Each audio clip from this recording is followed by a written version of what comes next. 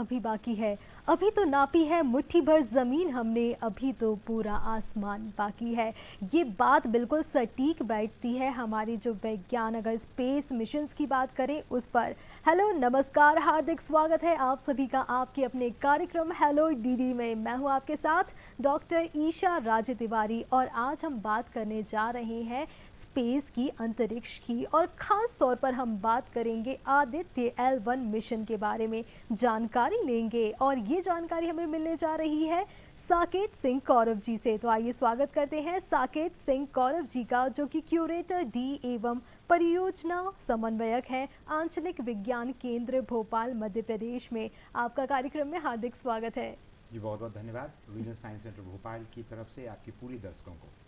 जी दर्शकों, जैसा कि आप सभी जानते हैं कि हमारा जो कार्यक्रम है वो सजीव फोन इन है। तो अंतरिक्ष से संबंधित, स्पेस से संबंधित आपके मन में जो भी जिज्ञासा है, जो भी प्रश्न है, वो आप हम तक पहुंचा सकते हैं। हमसे संपर्क करने के लिए हमारा नंबर नोट कर लीजिए। हमारा नंबर है 0755-266-0049। हमारा टोल फ्री नंबर है 1800-233-0040। नंबर आपकी टेलीविजन स्क्रीन पर दिखाए जा रहे हैं, आप उन्हें नोट कर सकते हैं और जो भी आपका सवाल है आदित्य L1 से संबंधित, अंतरिक्ष से संबंधित, तो वो आप हमसे पूछ सकते हैं। तो अब जब आदित्य L1 की बात चल ही रही है तो उससे पहले हम जरा सूर्य के बारे में जान लेते हैं कि आखिर सूर्य को सबसे बड़ा तारा बोला गया है। क्या महत्व है सूर्य का हमारी जिंदगी में?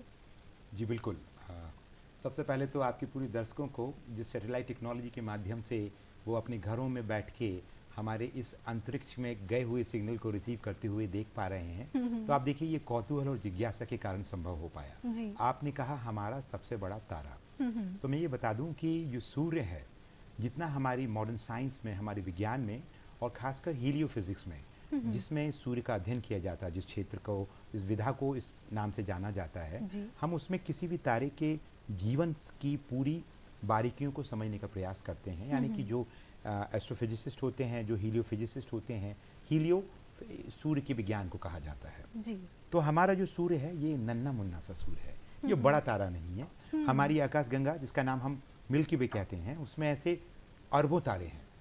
यानी अगर आप नंबर ऑफ स्टार्स की बात करें तो अमूमन 200 बिलियन स्टार्स का उनको अप्रॉक्सीमेशन जिसे कहते हैं कि आकलन जो है, अभी तक हमारा जो बेहतर अध्ययन हो पाया है, हमारी अर्थ पे जो टेलीस्कोप्स हैं उनके माध्यम से, जो स्पेस में टेलीस्कोप्स हैं उनके माध्यम से, तो हमने ये बात तो समझ ली है कि हमारी आकाशगंगा में इतने विशाल तारे हैं जिनकी कल्पना अगर आम व्यक्ति उससे रूबरू नहीं है तो हमारे सूर्य को ही हम इतना विशाल समझते हैं। इससे कई लाख गुने बड़े तारे हमारी ही आकाशगंगा में हैं और ऐसी कई आकाशगंगाएं हैं, कई यानी कि अरबों आकाशगंगाएं हैं। तो आप ये सोचिए कि हमारा ब्रह्मांड के विस्तारवाद की बात अगर आप करें तो ये लगातार बढ़ता हुआ ब्रह्मांड कितना रोचक रहस्यमय है। इसलिए मॉडर्न साइंस के लिए एज ए ह्यूमन हमारे लिए हमेशा से कौतूहल और जिज्ञासा का एक बहुत बड़ा केंद्र बिंदु बना हुआ है। सबसे करीबी और पड़ोसी एकमात्र तारा आपके पास सूर्य है, तो सूर्य को बेहतर अध्ययन करना, समझना हम सबके लिए बहुत ही जरूरी है। बिल्कुल। इसी के साथ विपिन जी हमारे साथ जुड़ गए हैं सागर से, उनका सवाल हम लेते हैं। कार्यक्रम में हार्दिक स्वागत है आपका, बताइए क्या प्रश्न है? जी ईशा मैम नमस्ते, डॉक्टर सर को भी नमस्कार। मैं विपिन सागर से बात कर रहा हूँ। मेरा सवाल ये था, जो आदित्य L1 अभी लॉन्च हुआ है कुछ दिन पहले, तो कहा जा रहा है कि 3 से 4 महीने में ये अपनी जगह पे जहाँ उसको जाना वहाँ पहुँच जाएगा। तो ये मिशन कितने दिनों तक का है, इसके बारे में मुझे जानना था। और ये पूरा सफल मिशन हम कब मानेंगे कि जब ये पहुँच जाएगा? और ये तस्वीरें जो अभी कुछ हालांकि उसने पहुँचाई भी हैं, पर ये कितने दिनों का पूरा मिशन है, इसके बारे में जानना था। जी बहुत अच्छा। मैं उनकी उस रुचि और जिज्ञासा से भरे इस प्रश्न के लिए आपको बहुत धन्यवाद देता हूं कि रीजनल साइंस सेंटर भोपाल, जो कि हमारी राष्ट्रीय विज्ञान संग्रहालय परिषद की एक इकाई है, हमारा लक्ष्य है कि कैसे हम विज्ञान में एक रोचकता और एक कौतूहल भर के लोगों को जोड़ सकें। आपके इस प्रश्न में बहुत बहुत महत्वपूर्ण जानकारियाँ छिपी हुई हैं। आपने कहा अभी वर्तमान में कहाँ है, कितना समय लगेगा, कब पहुँचेगा और कितने दिन रहेगा, और हमें कैसे ये ज्ञात होगा कि ये सफल रहा। तो हम पहले ये ले लेते हैं, अभी हम रास्ते में हैं।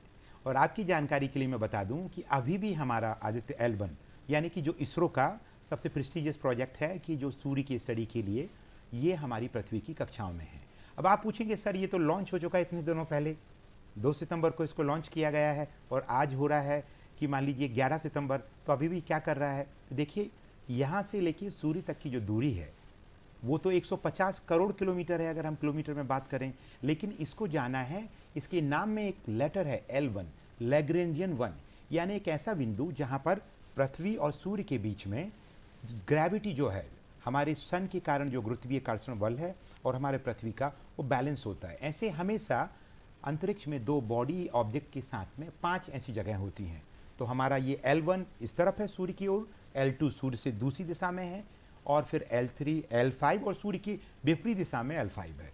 तो अब आप सोचिए L1 पे जाना यानी 15 लाख किलोमीटर दूर है, जिसे हम 1.5 मिलियन किलोमीटर कहते हैं। सूर्य की दूरी 150 किलोमीटर, 150 करोड़ किलोमीटर दूर है। तो आप और हम बहुत अच्छे से जानते हैं, हमारे सबसे करीबी पड़ोसी, कांस्टेंट कंपेनियन कहते हैं हम उसे, हमारे चांद को, और जिस पे हमने हाल ही में पूरी दुनिया ने हमारे उस इसरो के अभूतपूर्व काम को देखा है, सराहा वैज्ञानिक लक्ष्य को, कि हमने चंद्रयान 3 को दक्षिण ध्रुव पे उतारा है, दक्षिण ध्रुव के करीब, वो 4 लाख किलोमीटर है। तो अब देखिए 4 लाख से लगभग 4 गुना, 15 लाख को अगर आप मान लें तो उतनी दूरी इसको तय करना है। तो उस दूरी तय करने में जो टेक्नोलॉजी और जो मेथड हम यूज़ कर रहे हैं, ये लगभग 125 से 127 दिन का यात्रा करेगा। यानी अब सितंबर में लॉन्च हुआ है, तो आप आकलन कर लीजिए, क्योंकि इसको बड़ा सहज रखते हैं बातों को, तो वो चीज़ें बड़ा आत्मसात कर पाएंगे हम। अक्टूबर, नवंबर, दिसंबर और जनवरी, यानी लगभग ये 4 महीने की यात्रा करने के बाद 15 लाख किलोमीटर के उस डिस्टेंस पे पहुंचेगा, जहां से वो सूर्य को टकटकी लगा के अगले लगभग 5 वर्ष देख पाएगा। और ये बिंदु इतना खास भी हो जाता है क्योंकि वहाँ से सूर्य को देखने के लिए कोई समस्या नहीं है। आपको ना कोई ग्रहण का आपको सामना करना पड़ेगा, जैसे पृथ्वी पे आपको सूर्य ग्रहण भी होते हैं, चंद्र ग्रहण भी होते हैं। जब सूर्य ग्रहण होता है तो आपका सूर्य छिप जाता है चांद के पीछे, या कहें चांद आगे आ जाता है। तो देखिए चांद आया, हम चांद तक तो पहुंच गए, अब अगला हमारा लक्ष्य सूर्य है। तो ये लगभग 5 वर्ष लेगा ये मिशन। इसमें बहुत इंपॉर्टेंट साइंटिफिक स्टडीज़ हैं, हम आगे बात करेंगे इस प्रोग्राम में। आपकी खास बातें 125 से 127 दिन, ये तरीके ऐसे हैं कि अब आपने पूछ लिया तो मैं बता भी देता हूँ कि उसके लगभग हर बार वो पृथ्वी की चक्कर इस तरीके से लगा रहा है कि अगर आप उदाहरण के रूप में एक पत्थर पे रस्सी बांध दें और उसको घुमाएं, तो धीरे धीरे घुमाते हुए आप देखेंगे आप उसकी स्पीड को बढ़ाते जा रहे हैं, वो एक्सेलरेट हो रहा है। जब बहुत ज़्यादा स्पीड उसकी गेन हो जाएगी और जब आप छोड़ेंगे तो वो जो स्पीड अचीव करेगा वो एक नॉर्मल इंजन से अचीव करना संभव नहीं है। उसमें ना आपका उतना ईंधन लगने वाला है, उतना विशाल स्पेसक्राफ्ट बनाने की भी ज़रूरत नहीं है। तो आप गुरुत्वीय बल को इस्तेमाल करके पृथ्वी के स्लिंग शॉट इफेक्ट के इस्तेमाल से आप इसको उतना स्पीड करेंगे, और फिर 15 सितंबर को चौथी बार इसकी कक्षा को बढ़ाया जाएगा। इसकी जब से ये लॉन्च किया गया है तब से हर बार उसकी कक्षा की दूरी बढ़ा दी जाती है। यानी एलिप्टिकल ऑर्बिट है, दीर्घवृत्तीय और कक्षा है, जिसमें इसको रखा जा रहा है, स्पीड बढ़ाई जा रही है। और ये जब जैसे ही वो स्पीड अचीव कर लेगा कि सूर्य की तरफ इसे फेंका जा सके, तो कौन फेंकेगा? हमारा इंजन तो है, लेकिन आपको बताना चाहूँगा ये हमारी पृथ्वी की ग्रेविटेशनल फोर्स का कमाल रहेगा कि उस एनर्जी को अचीव करके सूर्य की तरफ फेंका जाएगा, तब जाके आप 15 लाख किलोमीटर की दूरी तय करेंगे। जी बिल्कुल। तो हमारा जो चंद्र के बाद जो अगला लक्ष्य है वो है सूर्य, जिस पर हमने काम बिल्कुल शुरू कर दिया है, लॉन्च हो चुका है आदित्य L1। अब अगर इसके लक्ष्य की बात करें कि इसे लॉन्च किया गया है, क्यों किया गया है, क्यों इतना ज़रूरी हो गया है सूर्य के बारे में जानना? जी आप देखिए, अगर आप हमारी मानव मस्तिष्क की इस जिज्ञासा भरी बातों की अगर जांच करें, खोजबीन करें, तो इस प्लैनेट पे एकमात्र स्पीसीज़ हैं हम ह्यूमंस, होमो सेपियन कहते हैं हम अपने आप को, कि ये इस विकास क्रम की यात्रा में हम अपने आप को इतना आधुनिक मानते हैं कि अब पृथ्वी पे डिसीजन लेना, सोचना, हमारी कल्पना शक्ति का इस्तेमाल करके हमारे आने वाले भविष्य के बारे में हम सोच के तैयार होते हैं, हम जानने का प्रयास करते हैं। इन सब में एक मूलभूत और फंडामेंटल बात यही रह जाती है, हम हमेशा ये जानने का प्रयास करते आ रहे हैं कई हजार वर्षों से कि हम कौन हैं, हम कहाँ से आए हैं, हमारा विकास कैसे हुआ है, हमारा यानी कि पूरा आप सिस्टम की बात करिए, आप पृथ्वी कैसे बनी है, सूर्य कैसे बना है, और हमारा पूरा अगर सूर्य की बात हो गई तो सोलर सिस्टम कैसे बना है जी। तो अब आप देखिए उस पूरी क्रम में हम इतने अंतरिक्ष अभियानों के माध्यम से अलग अलग चीज़ों को समझने का प्रयास कर रहे हैं। हम जब मैं कह रहा हूँ इसका मतलब है एक साइंटिफिक कम्युनिटी पूरे वैज्ञानिकों का जो समाज है, अंतरिक्ष के क्षेत्र में हो या बाकी विधाओं में हो, जी। तो सब किसी न किसी चीज का गहन अध्ययन कर रहे हैं। तो सूर्य हमारे लिए सबसे महत्वपूर्ण क्यों है? क्योंकि ये एक तारा है। अब आप रोज टिमटिमाते हुए हजारों तारों को अपनी नेकेड आई से, नग्न आंखों से आप रात को देखते हैं। जी। हालांकि ये मानसून सीजन में अभी शायद आपको ना देख पाए, थोड़ा कम हो जाता है। अक्टूबर से हमारे रीजनल साइंस सेंटर भी अगर आप आते हैं तो हम इवनिंग में 16 हमारे पास जो टेलीस्कोप्स हैं उनके माध्यम से हम बहुत सारे प्रोग्राम करने वाले जी। हैं। तो आपको इन टिमटिमाते हुए तारों को तो छोड़िए, हमारे करीबी पड़ोसी जो ग्रह हैं इनको हम बहुत करीब से दिखाएंगे। तो ये तारा जो है, ये देखिए प्रकाश से करते हुए हमें लगभग अपना आधा जीवन व्यतीत कर चुका है। ये जो हमारे अध्ययन कहते हैं, और अब इसके पास आधी ही लाइफ बची है। अब हमें और आपको डरने की जरूरत नहीं है। वो 5 अरब वर्ष बिता चुका है और लगभग 5 अरब वर्ष अभी बिताना है, और हम इस प्लैनेट पे लगभग 70 से 80 साल के लिए एवरेज वैल्यू के लिए आते हैं। तो उसके उस पूरे टाइम फ्रेम में हम कहीं भी नहीं है। एक आंख की पलक की झपकने के बराबर भी हम उसके टाइम फ्रेम में नहीं है। इतना बड़ा समय अंतराल है। तो सूर्य का जब पैदा होता है, सूर्य बनता है, अपना परिवार का निर्माण होता है सोलर सिस्टम का, तो उस सिस्टम में पृथ्वी एक ऐसा मात्र ग्रह है पूरे आकाश गंगा में, या जितना भी हम बाहर की आकाश गंगाएं भी हमने देखी हैं, कि जहाँ पर जीवन फल फूल रहा है। जो एक डायनेमिक प्लैनेट है, जहाँ पर तूफान आते हैं, जहाँ पे भूकंप आता है, जहाँ ज्वालामुखी है, जहाँ मौसम बदलता है, और जहाँ पर इतनी सारी परिवर्तन होने के बावजूद एक सबसे प्रीसियस कमोडिटी है जिसे हम कहते हैं पानी। जी। और हमने माना है कि जीवन जो भी अभी तक हमारी पृथ्वी पे जितना अध्ययन करके हम समझ पाते हैं कि जीवन को विकास करने के लिए या पैदा होने के लिए जो हमारी मॉडर्न साइंस समझ पाई है, पानी उसमें एक बहुत महत्वपूर्ण, जल है तो जीवन है। किसी भी, हमारे अकेले नहीं, ऐसा मानव सभी जीव जंतुओं के लिए, अधिकतर जीव जंतु पानी पे ही आश्रित हैं। तो हम उसकी खोज में रहते हैं। अब ये इतना डायनेमिक सिस्टम अगर प्रभावित होता है तो सूर्य से होता है, क्योंकि सूर्य का प्रकाश ही हमारी इस सिस्टम को जीवित रखे हुए है। दिन होता है, हमारा एक तापमान अचीव होता है, रात होती है, फिर हमारी ये श्रृंखला चलती रहती है। तो सूर्य से जो हमें रोशनी मिलती है वो दिन और रात को पैदा तो करती है, लेकिन साथ में हमारा जितना भी इकोसिस्टम है वो पूरा सूर्य के प्रकाश से कंट्रोल्ड है।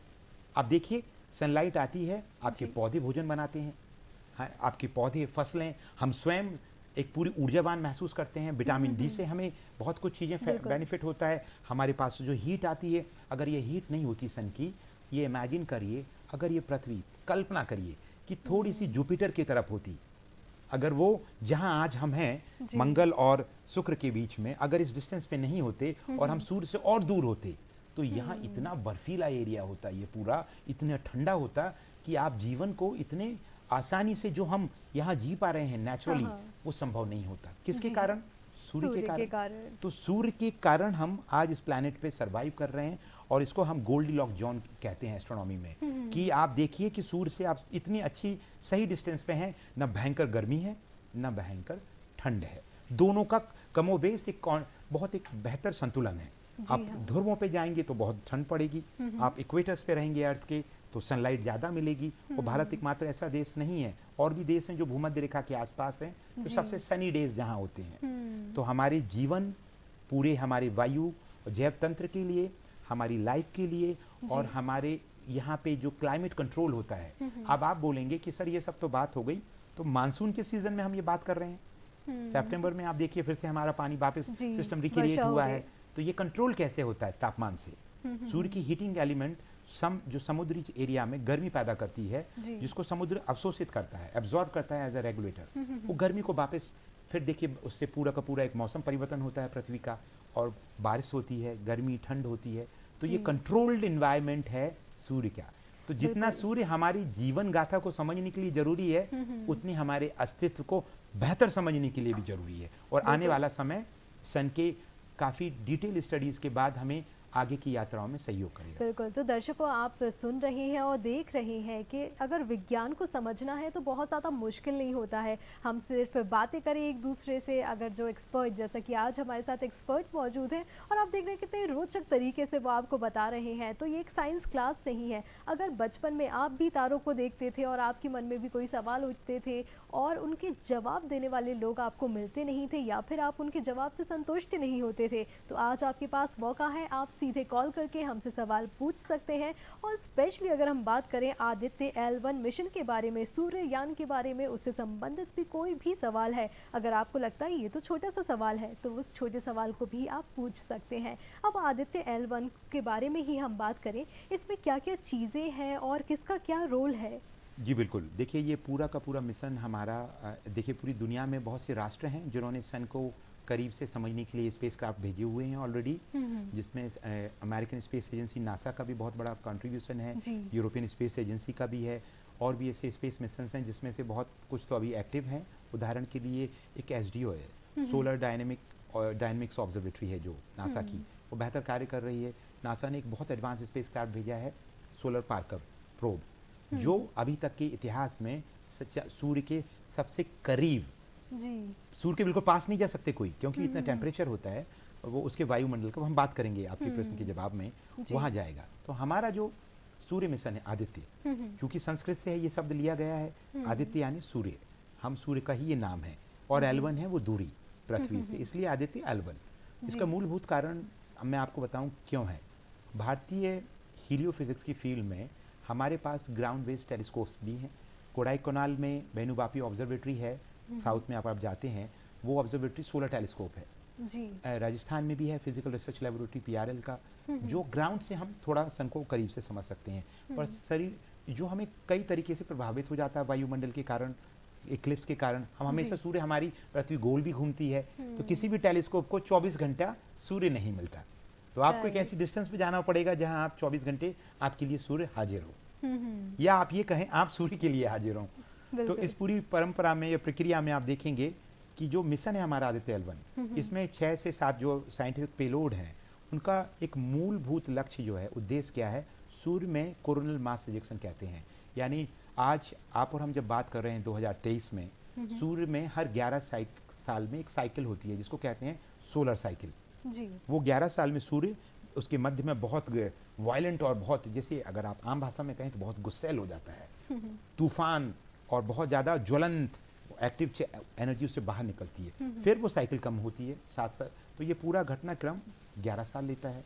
तो उस दौर में अगर देखें तो 2023 में हम सोलर साइकिल के उस दौर में हैं जहां सूरज में सबसे ज़्यादा सन स्पॉट्स पड़ने वाले हैं। तो कोरोनल मास इजेक्शन यानी जो होल्स क्रिएट होते हैं सन की सरफेस में, उससे जो मटेरियल बाहर आता है, लाखों टन मटेरियल बाहर फेंकता है सूर्य। सूर्य इतना विशाल है, आपकी पृथ्वी से आपको भले ही लगता है हमें कि ये इतना छोटा है कि एक पूर्णिमा का चांद और सूरज की डिस्क दोनों लगभग बराबर दिखती हैं, वो दूरियों के कारण, कि चांद और सूरज एक दूसरे से दूर हैं पृथ्वी से, कि उनका जो डायमीटर है हमें लगभग बराबर दिखता है ना, लेकिन दूरी देखिए कितनी दूर है सन। और अगर इसकी तुलना करें, मैं आपके इस उत्तर में ये बताना चाहूँगा हमारे आपके दूरदर्शन के दर्शकों को, कि अगर हम सूर्य को एक 10 इंच की बॉल मान लें, एक फुटबॉल है जिसका डायमीटर 10 इंच है, और पृथ्वी उसके सामने फिर 2 मिलीमीटर की है, यानी कि स्केल में 2 मिलीमीटर कितना छोटा होता है। तो थोड़ा सा भी गुस्सा सूर्य में पृथ्वी के अस्तित्व को कभी भी समाप्त कर सकता है, अगर ये बहुत भयंकर है। तो सोचिए, हम पृथ्वी पे सोचते हैं कि हम हैं तो कोई नहीं, लेकिन इस ब्रह्मांड में हमारे अस्तित्व की कोई ज़रूरत नहीं है। वो हमारी जिज्ञासा है जिसके कारण हम ये जानने का प्रयास कर रहे हैं। तो ये जो हमारा मिशन है, इसमें हम ये समझने का प्रयास करेंगे कि सूर्य में तूफान कैसे उठते हैं, जिसे सोलर विंड भी कहते हैं, और सोलर फ्लेयर्स होती हैं कि जब वो तूफान उठते हैं सूर्य की सतह में, तो बहुत ज़्यादा ज्वाला, एक लोज एकदम बाहर की तरफ सन से बाहर निकलती हैं। और वो एक साइंटिफिक टर्म में अगर हम बात करें तो जब इसमें जो मैग्नेटिक फील्ड है, यानी चुंबकीय क्षेत्र निर्मित होता है उसकी सतह पे कई लाखों किलोमीटर का, उसके इर्द गिर्द उसके अंदर से मटेरियल बाहर आता है सन में से, और ये जो मटेरियल है ये पदार्थ की चौथी अवस्था भी होती है, जिसे हम प्लाज्मा के नाम से जानते हैं। पृथ्वी पे 3 ही अवस्था हम आमतौर पे देखते हैं, ठोस, द्रव और गैस। और हम सब के लिए ये बात भी रोचकता से भरी कम नहीं है कि एकमात्र एक ऐसा एलिमेंट है पानी, जो 3 अवस्थाओं में पृथ्वी पे नेचुरली पाया जाता है ना। तो ये भी सोचने की बात है। तो ये 4th स्टेट ऑफ मैटर यानी प्लाज्मा बाहर आता है, हाई एनर्जी चार्ज पार्टिकल्स बाहर आते हैं। ये इतने भयंकर और भीषण होते हैं कि पृथ्वी के करीब जब आते हैं तो पृथ्वी पे बाहर का जो मैग्नेटिक फील्ड है, पूरी हमारी पृथ्वी एक कोकून की तरह पूरी चुंबकीय क्षेत्र ने घेर रखा है हमारी खुद की पृथ्वी के चुंबकीय क्षेत्र ने, जो हमें सुरक्षित रखता है सूरज से आने वाले हाई एनर्जेटिक चार्ज पार्टिकल से, उससे जो रेडिएशन जो आ रहा है उससे, तो उसका अध्ययन करना, उसमें ये गर्मी कैसे पैदा होती है, ये मटेरियल कैसे बाहर आता है। और एक कमाल की बात है कि पूरी दुनिया में इतना बड़ा जिज्ञासा भरा ये प्रश्न है कि सूर्य की सरफेस का जो तापमान है वो लगभग मैं एक बहुत आम नंबर बताऊंगा ताकि सहजता से हम उसको समझ सकें, 5000 डिग्री सेल्सियस लगभग बोल रहा हूं मैं। तो अब आप और हम समझते हैं किसी चीज को अगर हम छूते हैं, अगर उसकी सतह से हम दूर जाते हैं तो तापमान क्या होना चाहिए? जी, कम होना चाहिए। उदाहरण के रूप में आप घर में खाना पे कोई बर्तन आपका रखा हुआ है जो गैस पे स्टोव पे आप टच करेंगे तो गर्म है, उससे दूर जाएंगे तो थोड़ा ठंडा हो जाएगा, आपको गर्म नहीं लगेगी, वो वायुमंडल का जो हवा है गर्म। लेकिन सूर्य के केस में ऐसा नहीं है।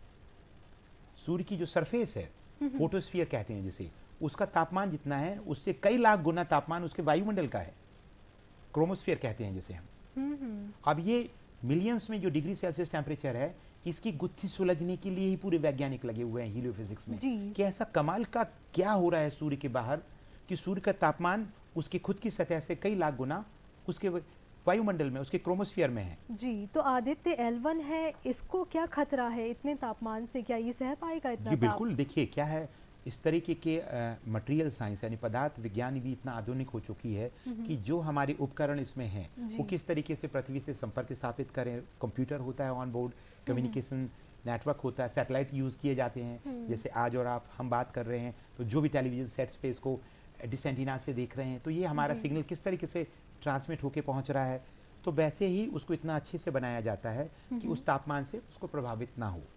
और सूर्य की एक लिमिट है, आप बहुत हद तक उस लिमिट तक जा सकते हैं जहां तक आपका कोई भी मटेरियल मेल्ट होना शुरू ना हो, क्योंकि एक कोई भी आपको एक ऐसा आधुनिक मटेरियल बनाना होगा कि लाखों डिग्री सेल्सियस टेम्परेचर सह सके तो ही आप वायुमंडल में जा पाएंगे, नहीं तो उसके पहले ही सब कुछ मेल्ट हो जाएगा। बिल्कुल। तो ये देखिए चुनौतियां देखिए, लेकिन आपके अस्तित्व को और इस सूर्य की कहानी को समझना, और आप और हम पूरा जो भी हमें देख रहे हैं या जो नहीं भी देख रहे हैं इस प्रोग्राम को, हम सब सूर्य से ही बने। अब आप कहेंगे कैसे? हम तारों से बने, हम स्टेलर डस्ट कहा जाता है। हम स्टेलर डस्ट यानी सूर्य के अंदर जो प्रक्रिया है, हाइड्रोजन हीलियम में बनता है, हीलियम फिर धीरे से और हायर एलिमेंट्स में कन्वर्ट होता है, उस प्रक्रिया से हम कार्बन बेस्ड लाइफ हैं अर्थ पे। हम जो अधिकतर जीवन और पौधे और ये सब जो चीजें बनी है इसमें कार्बन है, तो कार्बन लाइफ सूर्य के अंदर पैदा हुए हैं ये एलिमेंट्स जो बाहर लाखों सालों में आते हैं, तो हमें स्टेलर डस्ट भी कहा जाता है। यानी हम तारों की उस धूल से बने हुए हैं जो बाहर फेंकी गई है तारों के निर्माण में। और धार्मिक तौर पे भी बात करें तो सूर्य को पिता का दर्जा दिया गया है, सबसे बड़ा बताया गया है, और इम्पोर्टेंस उसी का हमारी लाइफ में कैसे है, और वैज्ञानिक तौर पे भी ये बताया जा रहा है कि कितना ज़रूरी है सूर्य हमारी ज़िंदगी में। हमें जीवित रखने के लिए सूर्य का होना बहुत ज़्यादा ज़रूरी हो जाता है। इसके साथ ही अब रीजनल साइंस सेंटर की भी बात कर लेते हैं, क्योंकि खेल खेल में अगर हम विज्ञान को सीख जाएं तो इससे बड़ी चीज़ और क्या हो सकती है, क्योंकि कभी कभी बुक्स पढ़ने में थोड़ी बोरियत हो जाती है, ख़ासतौर पर अगर ज्ञान नहीं है और या फिर उसे समझाने वाला अच्छा नहीं है। तो रीजनल साइंस सेंटर आखिर क्या कुछ वहाँ देखने को मिलता है, किस उद्देश्य के साथ इसे बनाया गया? जी बहुत बहुत धन्यवाद आपका ये महत्वपूर्ण प्रश्न लेने के लिए। देखिए रीजनल साइंस सेंटर भोपाल जो है, भोपाल में स्मार्ट सिटी रोड जो है, जिसे हम श्यामला हिल्स पे कहते हैं, वहाँ पे स्थित है जी। ये बहुत ज़रूरी है सभी दर्शकों को बता देना कि हम साल में 363 दिन ओपन है 9:30 to 6, और विज्ञान की इस संस्कृति को जीवांत करने के लिए, हमारे से जुड़ने के लिए आपको कई रूप में आप हमसे जुड़ सकते हैं। आप विजिटर्स के रूप में एज अपने पिकनिक मनाने, घूमने आप अगर आते हैं, स्कूल हमें अपने स्टूडेंट्स लेके आते हैं, जो पर्यटन के लोग हैं उस दृष्टि से घूमने भोपाल आते हैं तो वो भी आते हैं। ये संख्या आप देखिए, एक स्पॉट जहां आप जाकर सिर्फ साइंस को as a culture of science celebrate कर सकते हैं, जहां आप चीज़ों को करके देख सकते हैं। तो रीजनल साइंस सेंटर भोपाल जो है, हमारी भारतीय में एक काउंसिल है हमारी, उसकी एक यूनिट है national council of science museums, जो कि एक साइंटिफिक बॉडी है, नॉन प्रॉफिट ऑर्गेनाइजेशन है हमारी संस्कृति मंत्रालय भारत सरकार के अधीन है। तो उसका ये एक इकाई है। ऐसे पूरे भारत में हमारे 26 विज्ञान केंद्र हैं। तो भोपाल का ये विज्ञान केंद्र अभी एकमात्र विज्ञान केंद्र पूरे प्रदेश में। तो जो भी जुड़े कौतूहल हो, आप इंजॉय करें, आप अपने एक्साइटमेंट की जर्नी के हिस्सा समझें, आप थोड़ा सीखना चाहते हैं, खेल खेल में विज्ञान चाहते हैं, डायनासोर्स को समझना चाहते हैं तो छोटे से डायनासोर पार्क भी है, और आप दर्पणों के बारे में उसके पीछे की विज्ञान समझना चाहते हैं, या आप चाहते हैं फन साइंस के रूप में आप चीज़ों को कैसे कि आपकी परछाई, हम कहा जाता है कि हमसे हमारी परछाई कभी जुदा नहीं हो सकती, पर हमारे विज्ञान केंद्र आइए, हमारे एक एग्जिबिट है जिसमें हम आपकी शैडो को कुछ सेकंड्स के लिए हटा देंगे। हम जान रहे हैं आदित्य L1 मिशन क्या है, साथ ही साथ अंतरिक्ष में सूर्य के बारे में भी हम जानकारी ले रहे हैं। अगर आपके मन में भी कोई प्रश्न है इस विषय से संबंधित तो उसे आप अपने तक ना रखें, बल्कि हमसे उसका सवाल आप ज़रूर पूछें, क्योंकि आपके सवालों का बहुत ही आसानी से उत्तर दे रहे हैं साकेत सिंह कौरव जी। बिल्कुल, इसी के साथ हम सबसे पहले आप ये जान लेते हैं कि जैसा कि आदित्य L1 मिशन लॉन्च कर चुके हैं, लेकिन साथ ही साथ हम बीच में आपको प्रश्न तो पूछेंगे ही, लेकिन हेमराज जी हमारे साथ जुड़ गए हैं, उनका सवाल हम लेते हैं। कार्यक्रम में हार्दिक स्वागत है आपका। जी नमस्कार मैडम जी। जी नमस्ते, अपना सवाल पूछें आप। हाँ सर, मेरा एक क्वेश्चन था कि हमारा आदित्य L1 मिशन के बारे में और अधिक जानकारी हम कहाँ से प्राप्त कर सकते हैं? जी बिल्कुल, हेमराज जी बहुत बहुत धन्यवाद आपका जुड़ने के लिए। और आपका प्रश्न ये है, देखिए इंटरनेट एक ऐसा माया जाल है जहाँ पर क्या मिलेगा और कैसे खंगालना है, ये भी एक अपने आप एक नया टेक्नोलॉजी वाली बात हमने कर दी है कि चीज़ों का सही अनुसरण करने के लिए आपके सोर्सेज कहाँ से मिले। तो आप अगर आदित्य L1 के बारे में जानना चाहते हैं तो देखिए सबसे सहज और सरल उत्तर है, इसरो की वेबसाइट पे अगर आप जाते हैं तो उनके वेबसाइट पे उससे रिलेटेड उनने मॉड्यूल तैयार किया हुआ है, किताब बनाई हुई है छोटी कि उसके बारे में वैज्ञानिक लक्ष्य हैं, छोटी सी फिल्म भी बनाई गई है, और वो हमेशा कुछ दिनों में अपडेट्स भी देते रहते हैं कि वो कौन सी ऑर्बिट में पहुंच गया है, या वो सेल्फी के बारे में बहुत चर्चा का विषय रहा। तो आप अधिक जानकारी के लिए जुड़ें, और अगर आपको बहुत ज़्यादा मन में कौतूहल है और आप जानते हैं कि सूर्य विज्ञान को बहुत करीब से सीखना और समझना चाहते हैं, तो आप उस अनुसंधान के रूप में जो संस्थान आदित्य L1 के लिए जिम्मेदार हैं उनके नाम भी मैं आपको बता देता हूँ। भारत में आदित्य L1 को बनाने वाली 3 बड़ी रिसर्च ऑर्गेनाइजेशन इसरो के साथ मिलकर काम की हैं। एक है भौतिक अनुसंधान प्रयोगशाला अहमदाबाद, जिसे हम फिजिकल रिसर्च लेबोरेटरी कहते हैं, वहाँ के सोलर फिजिक्स में काम करने वाले वैज्ञानिक इन्वॉल्व हैं। दूसरी है Indian institute of astrophysics Bangalore, जो कि अपने इसमें जो बहुत सारे उपकरण लगे हैं ना, जो अध्ययन करने वाले हैं, अलग अलग हर उपकरण का एक लक्ष्य है। और तीसरा संस्थान है IUCAA, inter university centre for astronomy and astrophysics Pune जिसे आज की डेट में हम कहते हैं। तो इन तीनों संस्थानों के वैज्ञानिक जो एस्ट्रोफिजिसिस्ट हैं, जो चांद तारों के साथ साथ सूर्य विज्ञान में काम कर रहे हैं, उनसे अगर आप जुड़ें तो और बारीकी से आपको उस मिशन से जुड़ी हुई साइंस पता चलेगी। और इसरो की वेबसाइट पे जुड़ें, इसरो को भी आप लिखें। जी, बिल्कुल। और आपने जैसा बताया आंचलिक विज्ञान केंद्र पूरे हमारे भारत देश में अलग अलग जगहों पर है, क्या वहाँ से भी कुछ जानकारी मिल सकती है? जी बिल्कुल, देखिए आंचलिक विज्ञान केंद्र को मैं और अच्छे से आपको बताना चाहूँगा। अलग अलग नाम है साइंस सेंटर्स के इंडिया में हमारे एक। और आपने बहुत अच्छा सवाल पूछा, आपकी ऑडियंस भी देख रहे हैं, हम दर्शक बहुत बिल्कुल जिज्ञासा के कौतूहल के साथ देख रहे हैं कि हम 3 कैडर में हैं भारत में। नेशनल लेवल के साइंस सेंटर्स हैं हमारे पूरी काउंसिल के, फिर हमारे स्टेट में कैपिटल्स में है मोस्टली, और फिर इस डिस्ट्रिक्ट लेवल पे हैं। तो अगर आप नियर बाई साइंस सेंटर्स में भी जाते हैं तो आपको जानकारी मिलेगी। लेकिन मुझे ये लगता है कि अगर आपको बहुत ज़्यादा रुचि है तो आपको उन संस्थानों से डायरेक्ट जुड़ने में कोई परहेज नहीं होना चाहिए। और मैं ये मिथ भी तोड़ना चाहता हूँ कि आपके इस कार्यक्रम के माध्यम से कि जो वैज्ञानिक होते हैं, जो रिसर्च करते हैं, जो एक साइंटिफिक मिशन अंजाम देते हैं, जिस टेक्नोलॉजी के माध्यम से आप और हम आज आप बात कर पा रहे हैं, किसी ने ये पहली बार कहीं ना कहीं अपने मस्तिष्क में सोचा होगा। तो विचार जो है किसी भी रिसोर्स का मोहताज नहीं होता, लेकिन उसको उसके कौंधने वाले उस प्रश्न को अगर आपको उत्तर की तलाश करना है तो आप किसी भी संस्थान से जुड़ें, डायरेक्ट उन्हें आप लिखें, ईमेल करें, बात करें। वो भी इंसान है, वो भी एक हमारे जैसे आम जनमानस की तरह वो अपने एक लक्ष्य में लगे हुए हैं। तो वो जरूर आपके प्रश्नों का आज नहीं तो कल जवाब देंगे, लेकिन आपको तरीका यही है कि उनसे जुड़ना पड़ेगा। और सिंपल समझना है तो फिर आप वेबसाइट पे जाएं इसरो की, आप यूट्यूब पे स्टडी करें, और फिर हीलियो फिजिक्स में जो काम कर रहे हैं, किताबें बहुत हैं, दुनिया भर में रिसर्च पेपर लिखे जाते हैं, और वेबसाइट्स हैं जैसे बड़े बड़े स्पेस एजेंसीज हैं, नासा की हैं, यूरोपियन स्पेस एजेंसी की हैं, जो सूर्य के ऊपर पब्लिक के लिए भी कंटेंट क्रिएट कोई ज्ञान लेना चाहता है तो अपार मात्रा में ज्ञान है, ज्ञान की कमी नहीं है, बस जो रिसोर्सेस हैं, सोर्सेस हैं, वो आपको बता ही दिए गए हैं कि आप इन पे जाके अधिक जानकारी ले सकते हैं।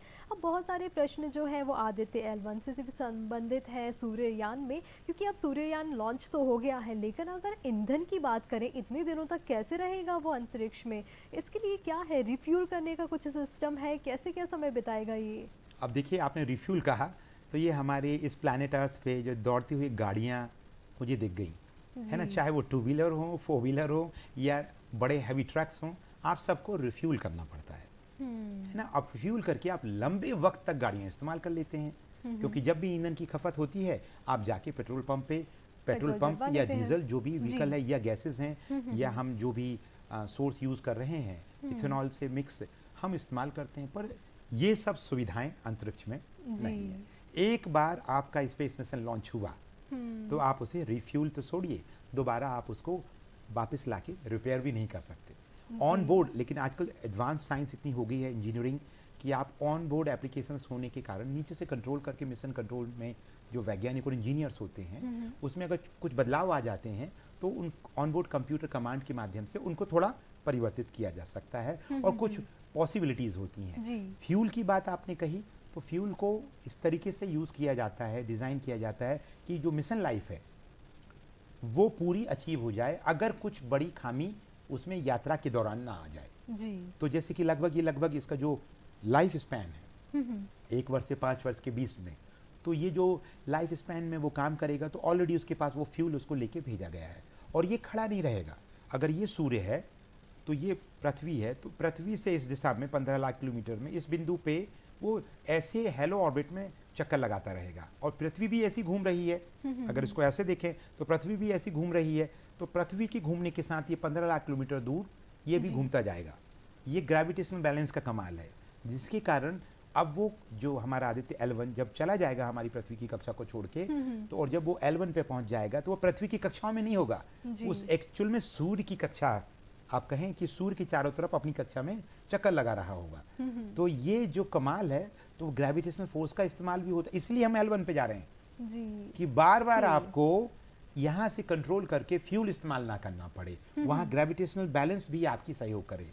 और वो पॉइंट इसलिए क्रूशियल है ऐसे स्पेस मिशंस के लिए, जो भी कंट्रीज भेजती हैं वो L1 पे भेजती हैं ताकि वो ग्रेविटेशनल फोर्स का इस्तेमाल करें और उसकी आमतौर पे रख रखाव के लिए उसमें अधिक ईंधन की जरूरत ना पड़े। इसके साथ ही अगर आपके मन में भी कोई प्रश्न है हमारे आदित्य L1 से संबंधित, तो इसके लिए भी आप हमसे संपर्क कर सकते हैं, हमसे अपना सवाल पूछ सकते हैं। नंबर आपकी टेलीविजन स्क्रीन पर दिखाए जाते रहेंगे कार्यक्रम के दौरान भी। अगर आपने नोट नहीं किया है तो कर लें, हमारा नंबर है 0755 266 0049। हमारा टोल फ्री नंबर है 1800-233-0040। साकेत जी, जैसा कि हेमराज जी का प्रश्न था और उन्होंने जब अपना प्रश्न पूछा तो ऐसे में बोला हमारा आदित्य L1, तो ये जो हमारा है हम सभी को बहुत गर्व है, और हम चाहे वो चंद्रयान हो, ऐसे बहुत सारे जो मिशंस रहे हैं उसमें हमें गर्व होता है। तो अगर हम ग्लोबल इम्पैक्ट की बात करें कि हमने जो मिशन लॉन्च किया है आदित्य L1, इसका वैश्विक स्तर पे क्या कुछ प्रभाव पड़ेगा, उनके लिए कैसे अच्छा रहेगा, इसके बारे में जानना चाहेंगे। जी बिल्कुल। और ये जो प्रश्न आपने पूछा है उसमें मैं ये कहना चाहूँगा कि विज्ञान जो है ग्लोबल साइंस है। साइंस जो है ग्लोबल है, यानी नॉलेज की कोई बाउंड्रीज नहीं होती जी।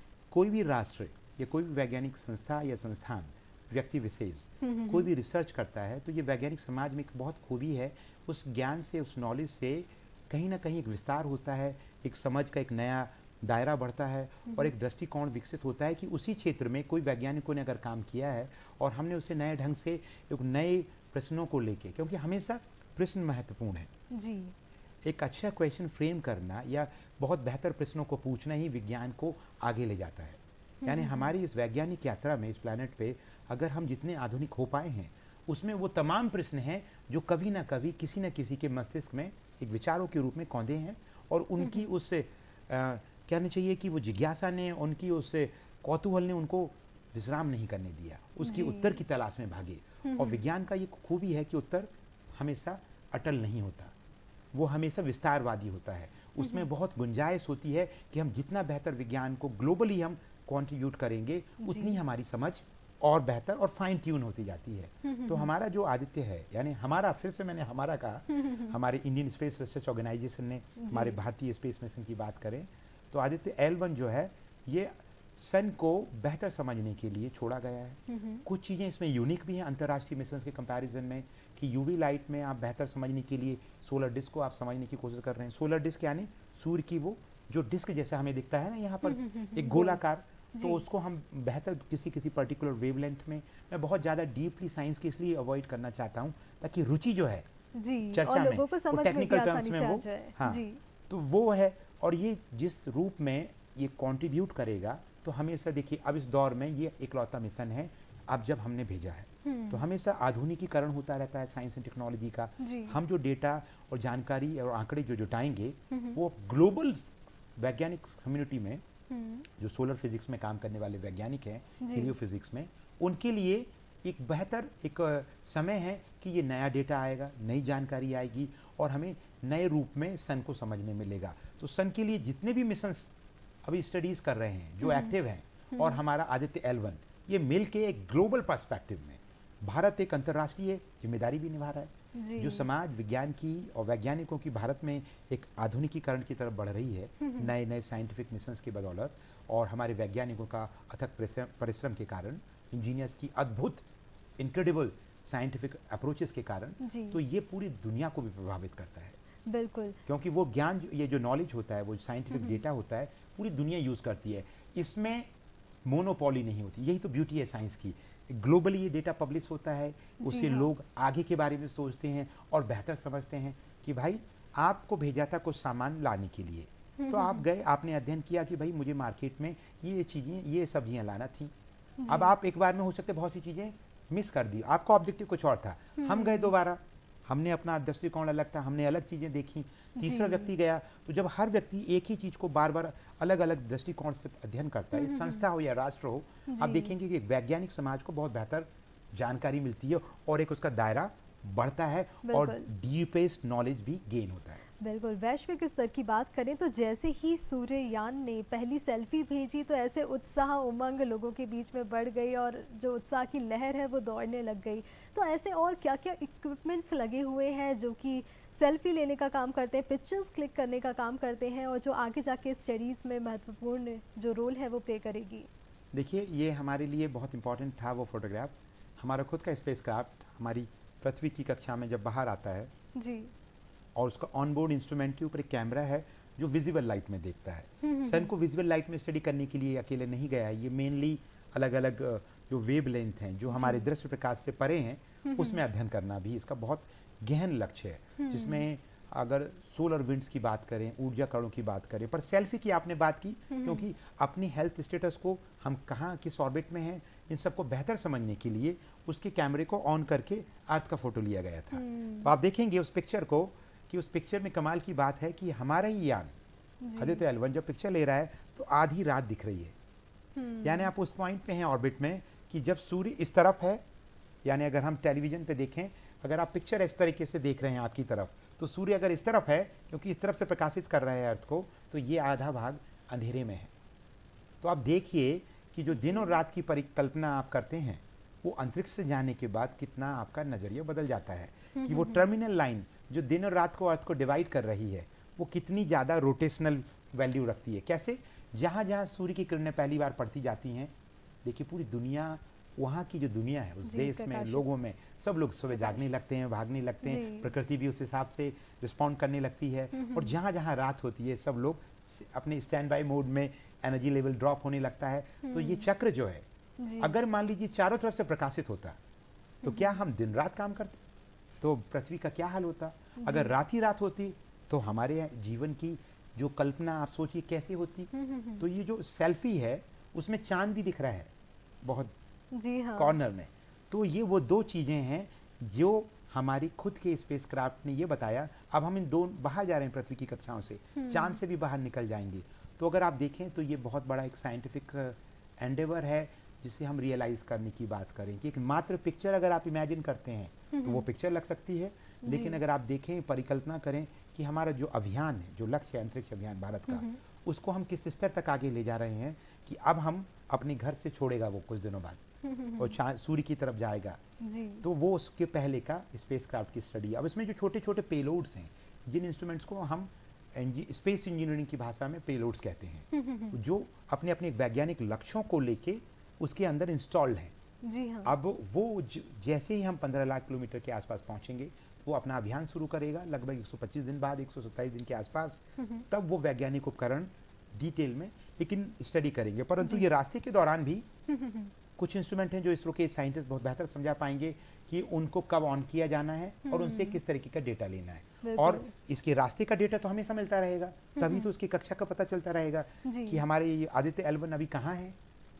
यानी अगर आप मदर अर्थ को माँ मान लें तो माँ अपने बेटे से पूछ सकती है या बच्ची से पूछ सकती है कहाँ जा रहे हो भाई, उसका डेटा भी हमें चाहिए बराबर। तो हमारे साइंस इंजीनियर्स उसी तरीके से हमेशा टेलीमेट्री एंड ट्रैकिंग कमांड्स बोलते हैं हम, नेटवर्क होता है नेविगेशन सिस्टम में, कम्युनिकेशंस में, उससे कंट्रोल करते रहते हैं ताकि वो हमेशा अपनी जगह, उसकी लोकेशन समय के साथ बदलती रहती है, वो डेटा भी आता रहता है और जिस टारगेट पे जाना है उसके लिए नेसेसरी कमांड्स होती हैं वो देना है। ये टारगेट तक पहुंच रहा है। ऐसे में अगर अंतरिक्ष के हम मौसम की बात करें तो ऐसे में क्या कुछ चुनौतियां हैं जो कि फेस करनी पड़ेंगी आदित्य L1 को? एक तो आपने सूर्य से बता दिया कि उस पर तूफान आते हैं, उसका अपना ही एटमॉस्फेयर है, बहुत सारी चीज़ें हैं, लेकिन अगर हम अंतरिक्ष की बात करें, इस सफ़र की बात करें, तो क्या कुछ चुनौतियाँ मिलने जा रही हैं या फिर मिल सकती हैं? जी, आपने कुछ चुनौतियाँ कहा। चुनौतियाँ हमारे आदित्य L1 को मात्र नहीं है। आदित्य L1 तो अपनी कक्षा से, हमारी पृथ्वी की कक्षाओं से जैसे ही बाहर यात्रा शुरू करेगा तो आप सोचिए पृथ्वी की जो चुंबकीय क्षेत्र है उससे बाहर निकलेगा तो सोलर रेडिएशन और अंतरिक्ष में बाकी जो रेडिएशन दूसरे स्टार्स और गैलेक्टिक सेंटर्स जो आते हैं उनसे तो प्रभावित होते हैं स्पेसक्राफ्ट, पर उनको डिज़ाइन ऐसे किया जाता है कि वो कम से कम प्रभावित होकर अपने लक्ष्य पे पहुँचें। परंतु ये प्रश्न के पीछे एक और प्रश्न छिपा हुआ है। आपने अच्छा किया इसको पूछ के कि जो मौसम का हाल उसके ऊपर होने वाला है सूर्य के कारण, उससे कहीं ज़्यादा सूर्य हमारे पृथ्वी के मौसम को प्रभावित करता है। और ये भी एक खास केंद्र बिंदुओं में से एक महत्वपूर्ण बिंदु है आदित्य के लिए या किसी भी सोलर मिशंस के लिए कि हमारे जो अंतरिक्ष में, हमारी पृथ्वी के बाहरी जो वायुमंडल का आवरण के बाहर जो चुंबकीय क्षेत्र है, वहाँ का जो वेदर है वो कैसे रहता है। सूर्य उस वेदर को बहुत प्रभावित करता है। सूर्य में जब तूफान उठते हैं, सोलर स्टॉर्म्स आते हैं, सोलर विंड्स निकलती हैं। सोलर स्टॉर्म यानी सूर्य तूफान जो बहुत सारा मटेरियल लेके आते हैं, ऊर्जा उससे भरी पड़ा होता है, वो सूर्य की, हमारी पृथ्वी के चुंबकीय क्षेत्र को जो सूर्य की तरफ है उसको दबा देता है रबर बैंड की तरह और फिर दूसरी तरफ खींच देता है। इस प्रक्रिया में आप सोचिए आज हम उस युग में हैं जब लगभग बहुत ज़्यादा राष्ट्रों के सैटेलाइट हमारी अर्थ की कक्षा में हैं और हम दूसरे प्लैनेट्स पे भी भेज रहे हैं। तो हमारे सैटेलाइट्स को ऐसे भयंकर जब तूफान उठते हैं सूर्य में, उससे नुकसान होता है और वो डैमेज होते हैं। तो अब आने वाला जो स्पेस इकोनॉमी है, अंतरिक्ष की अर्थव्यवस्था जिसे कहते हैं, उस अर्थव्यवस्था में सूर्य के इस मौसम का हालचाल उतना ही जरूरी हो गया है जितना पृथ्वी पे मौसम के हालचाल की जरूरत है। और वो दिन दूर नहीं है, बहुत जल्द वो दिन आएंगे कि हमारे दूरदर्शन इस बात को बहुत बेहतर कई वर्षों से लोगों के सामने लाता रहा है कि चलिए जानते हैं आज मौसम का हाल कैसा है। अब वो मौसम का हाल सिर्फ पृथ्वी का नहीं रहेगा, आगे चल के समाचारों में ये भी बताया जाएगा कि आइए चलती देखते हैं आज अंतरिक्ष में मौसम कैसा है। मौसम का हाल क्या कहता है। टेलीस्कोप की बात करें तो बहुत सारे अलग अलग प्रकार के होते हैं। कुछ ऐसा जो कि आपने बताया रीजनल साइंस सेंटर में भी है, जिससे हम जो दूसरे ग्रह हैं उनको भी देख पाते हैं। लेकिन अगर आदित्य L1 की बात करें, इसमें इक्विपमेंट्स आपने बताए, तो क्या अलग से कुछ ऐसा टेलीस्कोप बहुत ही हाई क्वालिटी का लगाया गया है जो कि बहुत सारी पिक्चर्स या फिर उससे स्टडी करेगा? जी बिल्कुल। टेलीस्कोप का जो शब्द है, टेलीस्कोप यानी दूरबीन, यानी आपको दूर से चीज़ों को देखना। तो अब सन को आप देख रहे हैं तो सन को आप वाइट लाइट यानी कि जो स्पेक्ट्रल, जो विजिबल लाइट रेंज है हमारी जी 400 से 700 नैनोमीटर रेंज में जो है, वो लाइट को आप देख नहीं सकते। उस पर आपको ऑप्टिकल सिग्नल्स के लिए अकेले नहीं भेज रहे हैं, आपको जो अलग अलग वेवलेंथ हैं, जो चार्ज पार्टिकल्स हैं, उनकी किस तरीके से प्रतिक्रियाएं या क्रिया होती हैं वायुमंडल के साथ, वो कैसे प्रभावित करते हैं तूफान जब उठते हैं, वो किस तरीके की गर्मी लेके आते हैं, ऊर्जा रेडिएशन लेके आते हैं, विकिरण, वो कैसे प्रभावित करता है। इन सब के लिए हम अलग अलग जो वेवलेंथ हैं, यानी हमारे जो इलेक्ट्रोमैग्नेटिक स्पेक्ट्रम है, जिसे विद्युत चुंबकीय हम स्पेक्ट्रम कहते हैं, उसमें अलग अलग जो रेडियो वेव्स हैं, माइक्रोवेव्स हैं, विजिबल लाइट है, अल्ट्रावायलेट है, एक्सरे है, गामा रे है, एंड हायर आप ऊपर चले जाते हैं। तो ये जो एनर्जी बैंड है, अगर आप एनर्जी के रूप में बात करें, तो आप जैसे ही दृश्य प्रकाश जिसमें हम और आप एक दूसरे को देख पाते हैं, उस प्रकाश के ऊपर आप जाते हैं हायर एनर्जी में, अल्ट्रावायलेट में, तो ये जो स्टडीज़ हैं हम उस तरीके से, इनके इस टेलीस्कोप डिज़ाइन का तरीका अलग होता है कि जो लाइट आ रही है उसमें जो एनर्जी है उसको, या उसमें जो रेडिएशन है, या जो उसमें हायर एनर्जी पार्टिकल्स हैं उनका अध्ययन करना, या सोलर डिस्क लगा के यानी सन को छिपा देना और उस सन के वायुमंडल में हो रही प्रक्रियाओं को फिर अध्ययन करना। जब ऐसे आप सन को छिपा देते हैं तो उसका जो वायुमंडल है बहुत एक्टिवली दिखने लगता है। इसका सबसे बड़ा अच्छा उदाहरण, अगर कहीं पर भी पूर्ण सूर्य ग्रहण हो रहा है यानी टोटल सोलर इक्लिप्स, और अगर आप उस जगह पर हैं, तो जब वो एक्चुअल में सूर्य ग्रहण स्टार्ट होता है पूरा और डिस्क जब छिप जाती है सन की, तो आप देखेंगे चांद के कारण होता है ये, उस समय आप अल्ट्रावायलेट रेज से बच जाते हैं और आप अपने अगर सोलर फिल्टर्स देख रहे हैं उसको हटा दें कुछ सेकंड्स के लिए जब तक कि सन छिपा है, तो आप देखेंगे अगर आप उस समय सन के चारों तरफ का जो वायुमंडल है वो एक्टिवली दिखने लगता है अर्थ से, और ग्राउंड बेस्ड स्पेस टेलीस्कोप से तो बहुत ज़्यादा दिखने लगता है। तो वो क्रिटिकल टाइम को आर्टिफिशियली पैदा ऐसे स्पेसक्राफ्ट में करके उसके वायुमंडल का अध्ययन भी करना आसान होता है। बिल्कुल। तो ये जो आप इसको टेलीस्कोप ही कहिए, टेलीस्कोप यानी दूर की चीज़ें अध्ययन कर रहा है, परंतु उसका देखने का नज़रिया वैसी आंखें नहीं है जैसी हमारे कैमरे अर्थ पे या हमारे टेलीस्कोप रात के चांदों को, हमारे चांद को या तारों को देखते हैं। जी, ये जो खगोलीय घटनाएं होती हैं तो ऐसे में रीजनल साइंस सेंटर बहुत सारे इवेंट्स भी ऑर्गेनाइज करता है कि लोग जाके उन्हें देख सकते हैं। बहुत सारे जो एडवांस टेलीस्कोप है वो वहाँ पर उपलब्ध हैं। तो इस प्रकार के कुछ ऐसे इवेंट्स हैं जो हाल फिलहाल में होने वाले हैं, या फिर आप ऑर्गेनाइज करते रहते हैं? ये बहुत सारी चीज़ें करते हैं, साल भर हम बहुत सारे एक्टिविटीज़ करते हैं। हमारी जो साइंस गैलरीज़ हैं या तारामंडल है या प्लानिटोरियम है, इसके अलावा हम एजुकेशनल प्रोग्राम्स बहुत करते हैं within the campus and outside, outreach program भी करते हैं। अभी जैसे ही मानसून का ये पीरियड खत्म होने वाला है सितंबर के एंड के बाद से, हम इवनिंग में हम स्टार ऑब्जर्वेशन प्रोग्राम यानी कि नाइट स्काई जिसे कहते हैं, कि हम ऑन डिमांड पे जो अगर बल्क में विजिटर्स हैं, स्कूल्स हैं, उनके लिए हम शाम को सूर्यास्त का इंतजार करना पड़ेगा। फिर अगेन आपको एक तारीख का जाने का इंतजार करना पड़ेगा हजारों तारों के लिए देखने के लिए। तो कितनी कमाल की बात है। जैसे ही हमारी रात शुरू होगी शाम के बाद, तो फिर आपको जो ग्रह उस समय हमारे विजिबल होंगे इवनिंग स्काई में, वो अलग अलग महीने में अलग अलग चीज़ें होती हैं। तो जैसे अक्टूबर में जो होगा, नवंबर में जो होगा, वो हम टेलीस्कोप के माध्यम से दिखाते हैं। और उस सब में एक मेन सेंटर अट्रैक्शन हमेशा रहता है चांद। और चांद के वो समय जब वो अलग अलग फेजेस से गुजरता है, वो पूर्णिमा का चांद जितना सुंदर लगता है उससे कहीं ज़्यादा सुंदर वो जो अलग अलग तिथियों वाले चांद होते हैं, जिसमें आधा वहाँ रात है आधा दिन है, तो वो गड्ढे जो हैं क्रेटर्स है चांद पे, वो इतने मैं बता नहीं सकता, मेरे पास शब्द नहीं है, इतने ब्यूटीफुल होते हैं क्योंकि आप शैडो के कारण डेप्थ फील कर सकते हैं। बिल्कुल। तो क्या पहले से कुछ बुकिंग करवानी होती है, या फिर अगर ये जानकारी लेनी है कब क्या इवेंट होने वाला है, तो कहाँ से मिलती है ये जानकारी? जी बिल्कुल। और जैसे कि हम सोशल मीडिया और टेक्नोलॉजी के इस डिजिटल एज के ज़माने में हैं, कुछ बहुत से लोग हमें हो सकता है OTT प्लेटफॉर्म्स के माध्यम से आपके दूरदर्शन मध्य प्रदेश को देख रहे हों, तो आपको हमारी वेबसाइट या हमारी सोशल मीडिया पेजेस, हमारे रीजनल साइंस सेंटर भोपाल का फेसबुक पेज भी है, इंस्टाग्राम भी है, ट्विटर भी है, और हम बेहतर तरीके से यूट्यूब चैनल को भी मेंटेन करने का प्रयास कर रहे हैं। तो जब भी कुछ अनाउंसमेंट्स होता है तो हमारे सोशल मीडिया पेजेस पे होता है, हमारी साइट्स पे होता है, आप जुड़ें। हमारा टेलीफोन नंबर भी मैं बता देता हूँ, जैसे आपने कहा 0755-266-1655 हमारा टेलीफोन नंबर है, और हमारा ईमेल आईडी आपको वेबसाइट से मिलेगा। 363 दिन सुबह 9:30 से 6 हम किसी भी त्यौहार में बंद नहीं होते सिवाय होली एंड दिवाली के।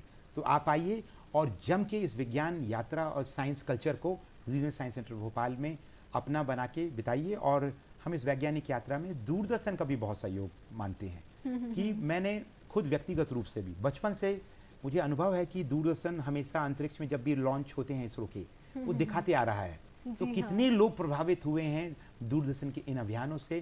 तो मैं दूरदर्शन की पूरी टीम को भी, दूरदर्शन मध्य प्रदेश की टीम को बहुत बहुत साधुवाद और धन्यवाद देना चाहूँगा कि इस वैज्ञानिक यात्रा को आगे ले जाने के लिए और पूरे भारतीयों में जोश भरने के लिए। वो चंद्रयान 3 का लाइव देखें आप कि रात शाम के समय पूरे वर्ल्ड कप, ऐसे हजारों वर्ल्ड कप से भी ज्यादा माहौल बन चुका था हमारे राष्ट्र में, पूरी दुनिया की टकटकी थी। तो उस समय कौन ब्रॉडकास्ट कर रहा था? इसरो के माध्यम से दूरदर्शन।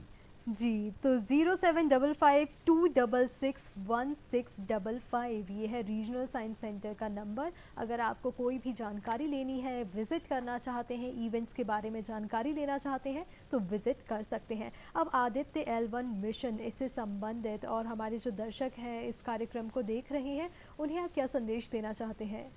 जी बिल्कुल, मैं ये कहूँगा कि आप अपनी जिज्ञासा को जितना बढ़ा सकते हैं बढ़ाइए, कौतूहल जो है बिल्कुल उसके अंदर इम्प्लांट कर दीजिए। क्या है, विज्ञान जो है चार दीवारों में और किताबों में बस नहीं है। हमारी science and scientific understanding starts from the day one, जब आप सुबह उठते हैं और रात को सोने जाते हैं और दिन रात इस प्रक्रिया में आप लिप्त रहते हैं। तो विज्ञान से जुड़े हुए प्रश्नों को पूछने की कला जो है उसको विकसित होना और वो आम और सहज होना है। जरूरी नहीं है कि विज्ञान सिर्फ स्कूल, कॉलेज, यूनिवर्सिटी और साइंस से जुड़े हुए लोगों की है। जी, आप सबकी है, हम सबकी है, लिखाई की उन्हीं की है, हम सबकी है। हम सबको हक है समझने का कि चंद्रयान 3 का जो विक्रम लैंडर है वो साउथ पोल के करीब कहाँ उतरा था, या आदित्य L1 इस समय कहाँ पर है। वो अगला जो फाइनल उसकी ऑर्बिट को उसको कहते हैं, वो जिस तरीके से अर्थ बाउंड मैन्यूवर कहते हैं, यानी पृथ्वी की कक्षा से जो घूमते हुए उसकी दिशा बढ़ाई जा रही है, 15 सितंबर को वो फाइनल डिवोस्टिंग करेगा और वहां से फिर वो सूर्य की तरफ जाना शुरू करेगा। हाँ। तो ये सब चीजें हैं, इन सब के लिए अगर आपको वन स्टॉप सॉल्यूशन है, आपको जुड़ना है, समझना है, तो रीजनल साइंस सेंटर भोपाल आएँ और हमें भी बड़ा अच्छा लगेगा। हम पूरे विजिटर्स को हम यही रिक्वेस्ट करेंगे साइंस सेंटर के बिहाफ पे, इस विज्ञान की यात्रा में बिल्कुल। तो मध्य प्रदेश में रीजनल साइंस सेंटर भोपाल में स्थित है, आप वहां जाके विजिट कर सकते हैं। इसी के साथ साकेत सिंह कौरव जी, आप कार्यक्रम में हमारे साथ जुड़े, आपका हार्दिक धन्यवाद। बहुत धन्यवाद। डॉक्टर ईशा राजे तिवारी और हेलो डीडी की टीम को दीजिए आज्ञा। नमस्कार।